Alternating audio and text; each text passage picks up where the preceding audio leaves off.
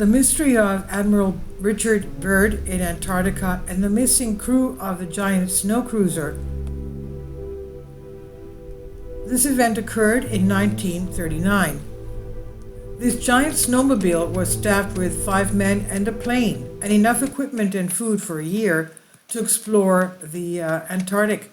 The official story tells us that the vehicle and mission was aimed at research in Antarctica, while the crew consisted of scientists and conducted seismology experiments, measurements of cosmic rays, as well as the study of the ice. But the truth is that the snow cruiser has been used for a secret operation led by the Admiral Richard Byrd. Since the Americans knew that the Germans had been conducting a secret mission in Antarctica, Admiral Richard E. Byrd had received confidential orders from the White House to make an American mission to Antarctica. You must know that the expedition was in every newspaper headline of the time in 1939, and with the preparations for the Antarctic expedition, the Americans had read every little detail about the progress of the construction of the beast. The Americans wanted to be the first to discover the legendary entrance to the hollow earth, but the Germans, who were superior, it appears, caught up with them. Another reason why they had to destroy Hitler's Germany at all costs to bring back the Middle Ages. Now, after January 1940, the mystery begins. From that point on, there was no further mention in the newspapers of the expeditions, nor any report of the progress of the expedition. There was only one report in the newspaper published May 15, 1940, in the New York Times, with a detailed report by Admiral Byrd on the findings of the Antarctic expedition.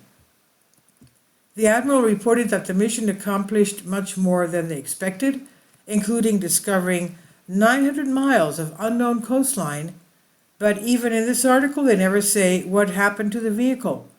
During Operation High Jump in late 1946, transportation of German scientists, prisoners of war who were 50 years ahead of everyone else at the time, it appears, from occupied and disintegrated Germany to America. A mission later found the vehicle abandoned. It was just like it had left the crew, with papers, magazines, and cigarettes scattered around its exterior. The vehicle just needed air in the tires and some maintenance to get it running again. In 1958, an international campaign revealed the vehicle, again completely covered in snow, but a large stick from the first sighting indicated its location. Later, other missions saw no signs of the vehicle. After more than 75 years later, the question remains, what happened to the monster vehicle and its crew? But it seems that the famous explorer even went further to accompanied, according to his diary, on February 19, 1947, he passed through an opening of the North Pole into the interior of the Earth. Before he could go any further, it's unknown how deep he actually penetrated. A flying saucer took the control of his plane with some kind of a beam, and they, quote-unquote, landed him in the center of the city, inside the Earth, where they gave him a message. They said, "We consider ourselves the custodian of this planet," they told him. "We do not approve of people using nuclear weapons." It should be noted that they had just dropped the nuclear bombs on Hiroshima and Nagasaki using technology stolen from Germany, and Hitler himself was against it for war purposes and not by chance. On his journey, he reported spotting frozen lakes, mountains covered in dense vegetation, and even huge mammoth-like animals moving through the undergrowth.